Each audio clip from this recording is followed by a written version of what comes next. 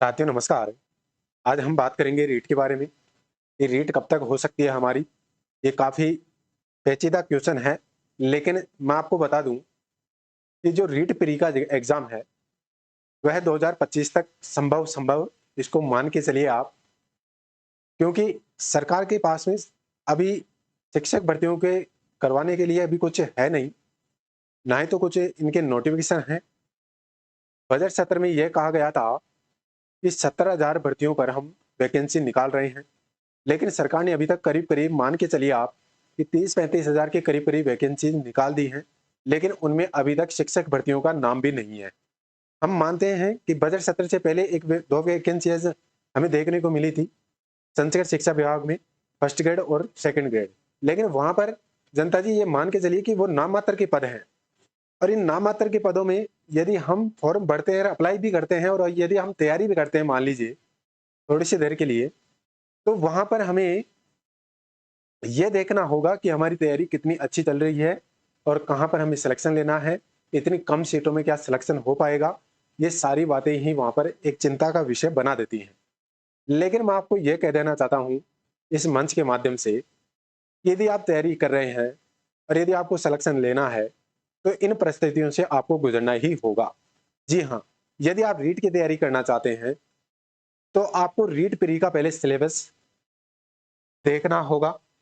क्योंकि रीट मेंस लगने से पहले आपका रीट प्री होगा, ये आप डेफिनेट इस बात को मानकर चलें। ये मैंने पिछली वीडियोज़ में भी ये बात कही थी कि आपका यहाँ पर एक बिल्कुल भी नहीं होगा पेपर। पेपर यहाँ पर एक बिल्कुल भी नहीं होगा।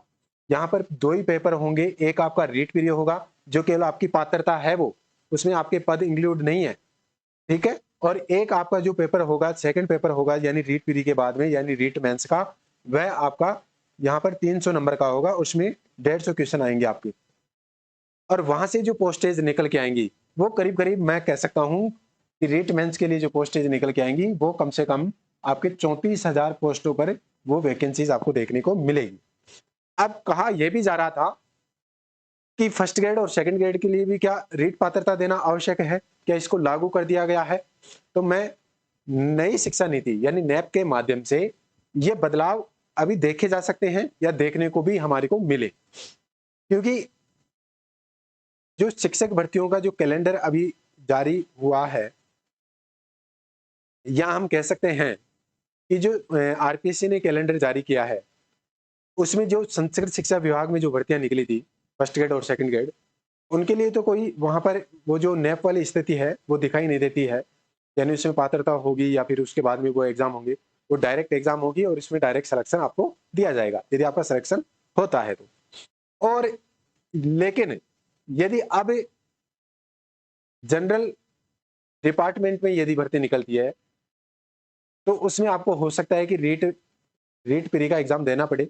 और मैं मानता हूं कि ये रीट प्री का जो एग्जाम है, रीट प्री का जो एग्जाम है, वह आपको वह आपको इन तीनों भर्तियों में एक साथ देखने को मिली, एक साथ देखने को मिली। या हो सकता है कि आपका जैसे पहले लेवल 1 और लेवल 2 चल रहा था, ठीक उसी प्रकार अब लेवल 3 और लेवल 4 आपको देखने को मिले। ऐसा भी कुछ यहाँ पर देखने को मिल सकता है। तो अभी आप है जो फर्स्ट ग्रेड और सेकंड ग्रेड के जो सिलेबस है उसके अकॉर्डिंग ही आप तैयारी करें। और जब तक आपके पास में ऑफिशियल नोटिफिकेशन नहीं आ जाता है, तब तक आप इन चीज़ों पर मत देखिए कि रीट पीरियड लगेगा नहीं लगेगा। अभी से आप तैयारी करेंगे तभी आप सिलेक्शन की दौड़ दौड़ में शामिल हो पाएंगे। और बहुत जल्द यहाँ पर 2025 में मैं कह सकता हूँ कि यहाँ पे आपके एग्जाम लगने वाले हैं। 2024 में तो इतनी आशा है नहीं। हो सकता है कि आपका रीट प्री का कुछ हो यहाँ पर, लेकिन रीट प्री का भी मान के चलिए कि आपका 2025 में, यानी मैं कह सकता हूँ कि फरवरी मान के चलिए, फरवरी तक 2025 फरवरी तक आपका एग्जाम यहाँ पर देखने को मिलेंगे आपको। और जुलाई में एक वित्त विभाग का और यहाँ पर थोड़ा सा मंथन चल रहा है।